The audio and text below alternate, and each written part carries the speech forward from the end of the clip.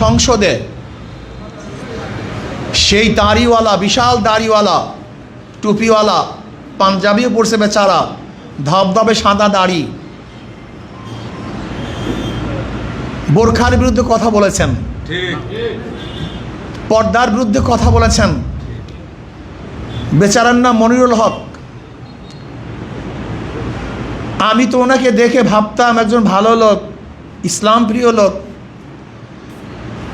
কিন্তু উনি বোরখার বিরুদ্ধে কথা বলার কারণে মুফতিদের কাছে ফতুয়া জিজ্ঞাসা করা উচিত ওনার ঈমান আছে কি নাই।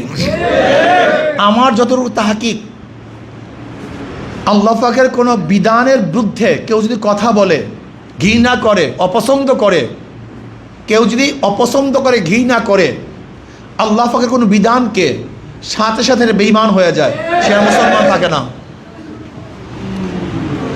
আমি জনাব তারেক সাহেবকে বলবো,